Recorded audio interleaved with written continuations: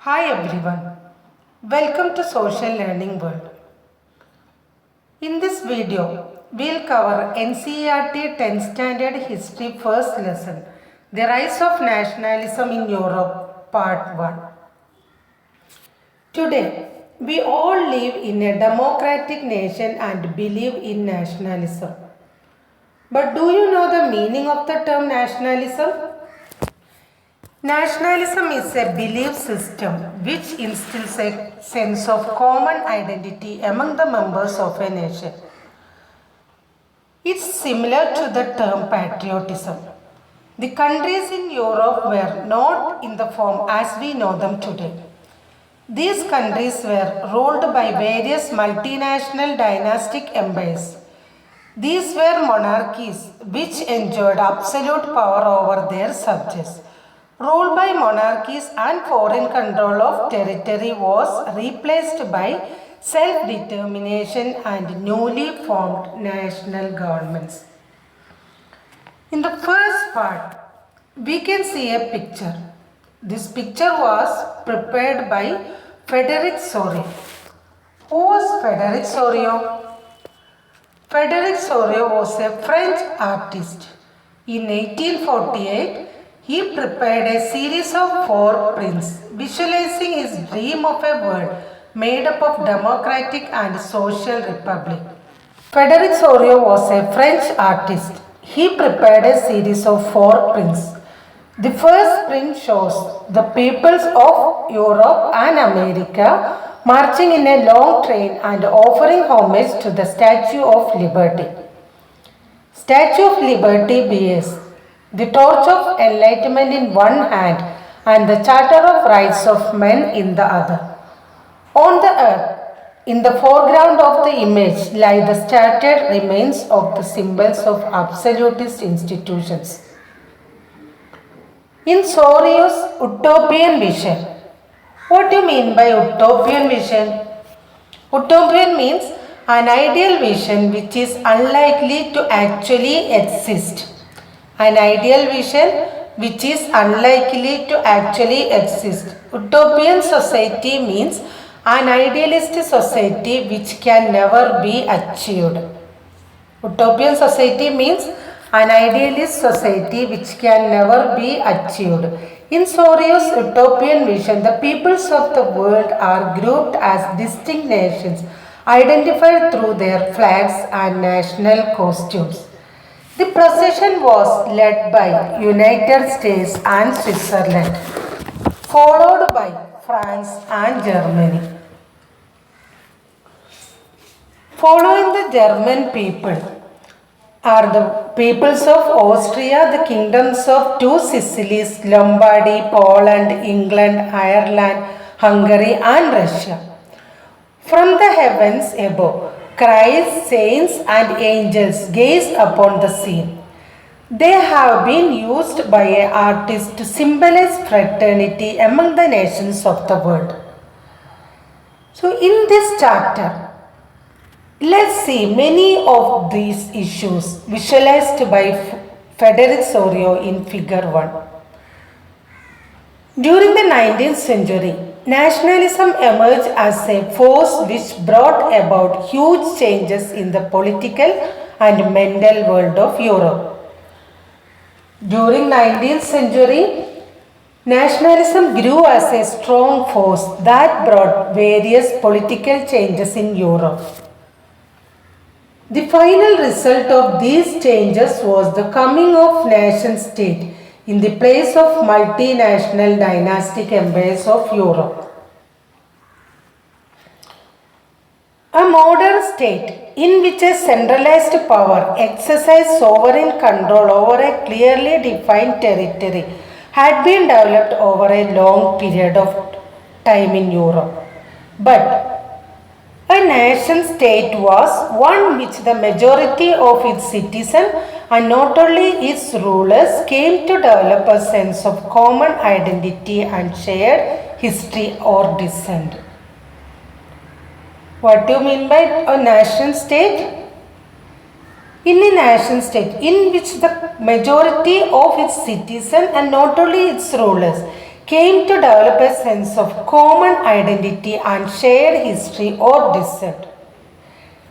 This chapter will look at the diverse processes through which the nation states and nationalism came into being in the 19th century Europe.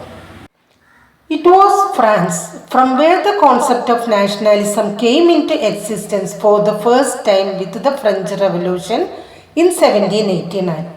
French Revolution led to a change in politics and constitution of France. Before this, France was a territorial state. It was ruled by an absolute monarch. What do you mean by absolute, absolutist? It's a form of monarchical government that was centralized, militarized and repressive. The word absolute means a rule where the whole power is concentrated in the hands of a monarch. The French Revolution brought the concept of nation and nationalism in France. The main aim of French Revolution was to form a nation where there will be a united community enjoying equal rights under a constitution. For this, French revolutionaries introduced various measures and practices that could create a sense of collective identity among the people or among the French citizens. Some of the measures taken by the French revolutionaries are as follows. The idea of la patrie, the fatherland, and les citoyens, the citizen, emphasized the notion of a united community enjoying equal rights under a constitution. A new French flag, the tricolor, was chosen to replace the formal royal standard. The Estates General was elected and renamed as National Assembly. New hymns were composed, oaths taken and martyrs commemorated, all in the name of the nation.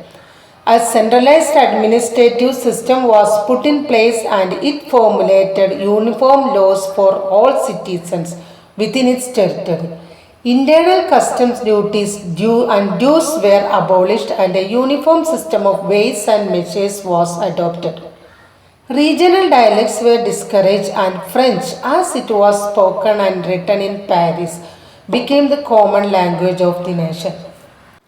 Not only this, the French revolutionaries made it their mission to spread the idea of nationalism and to help Europeans liberate themselves from dictatorship. In different cities of Europe, people became motivated from the events in France. As a result, students and other people from the educated middle classes started setting up Jacobin clubs. You might have studied in 9th standard about Jacobins. Jacobins were those revolutionaries who aimed to establish a republic in their country by ending the king's rule. Their activities and campaigns prepared the way for the French armies which moved into Holland, Belgium, Switzerland and much of Italy in the 1790s. Within the outbreak of the Revolutionary Wars, French armies began to carry the idea of nationalism abroad. Now, let's see the administrative reforms brought by Napoleon Bonaparte. You might have studied about Napoleon Bonaparte in French Revolution lesson in 9th standard. Who was Napoleon Bonaparte? Napoleon Bonaparte was a French statesman and military leader who came to power in France. He was the Emperor of France from 1804 to 1815. He led many successful campaigns during French Revolutionary Wars and was able to conquer vast part of Europe. He introduced many reforms in the areas under his control. Although Napoleon destroyed democracy in France by reintroducing monarchy in France, but he made revolutionary changes in the field of administration.